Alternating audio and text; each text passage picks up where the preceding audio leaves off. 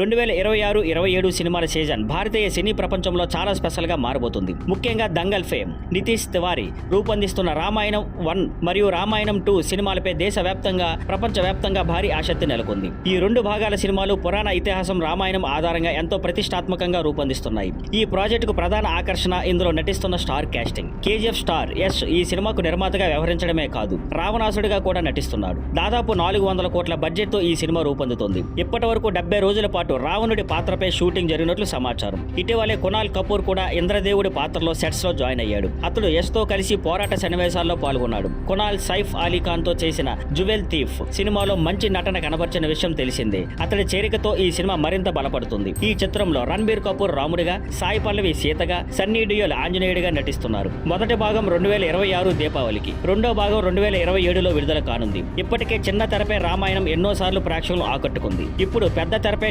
టెక్నాలజీని పూర్తి స్థాయిలో ఉపయోగించి అవెంజర్స్ అవతార్ లెవెల్లో నితీష్ తివారీ ఈ సినిమాను తెరకెక్కించాలన్న అంచనాలు ఉన్నాయి. ఈ సినిమాలో నితీష్ దృష్టి రావణ యుద్ధాలపై ఉంటుందా లేక ఎమోషన్స్ పై ఉంటుందా అనే విషయం చూడాలి. కానీ ఓ విషయం మాత్రం స్పష్టంగా తెలుస్తుంది. రామాయణం 1-2 సినిమాలు 2026-27లో ప్రేక్షకులు అద్భుతమైన విజువల్ ఫీస్ట్ తో ఆశ్చర్యపరచబోతున్నాయి.